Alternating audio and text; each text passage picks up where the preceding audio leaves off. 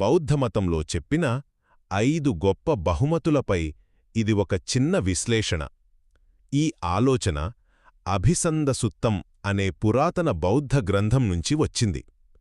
ఇక్కడ అసలు విషయమేంటంటే, నైతిక నియమాలని కేవలం కట్టుబాట్లుగా చూడటం కాదు, మనం ఇతరులకిచ్చే గొప్ప బహుమతులుగా చూడటమన్నమాట.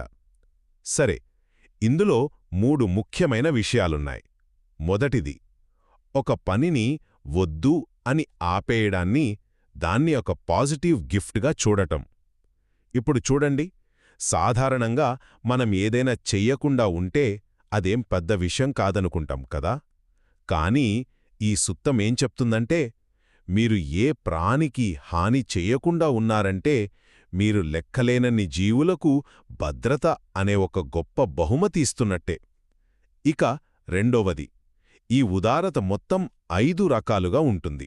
అవే ఈ 5 గొప్ప బహుమతులు: ప్రాణహాని, దొంగతనం, లైంగిక దుష్ప్రవర్తన, అబద్ధాలు, మత్తు పదార్థాలు.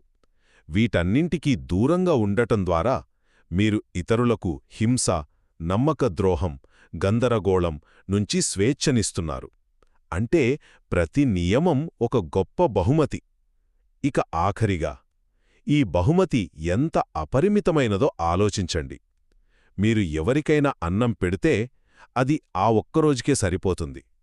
కాని మీరు అహింస పాటిస్తే మీ జీవితాంతం మీరు కలిసే ప్రతి ఒక్క జీవికి భద్రత అనే బహుమతి ఇస్తున్నట్లే కదా. కాబట్టి ఈ బోధన ప్రకారం నైతికత అంటే మనల్ని మనం నియంత్రించుకోవడం మాత్రమే కాదు, అది ప్రపంచానికి మనమిచ్చే భద్రత, స్వేచ్ఛ అనే ఒక గొప్ప బహుమతి.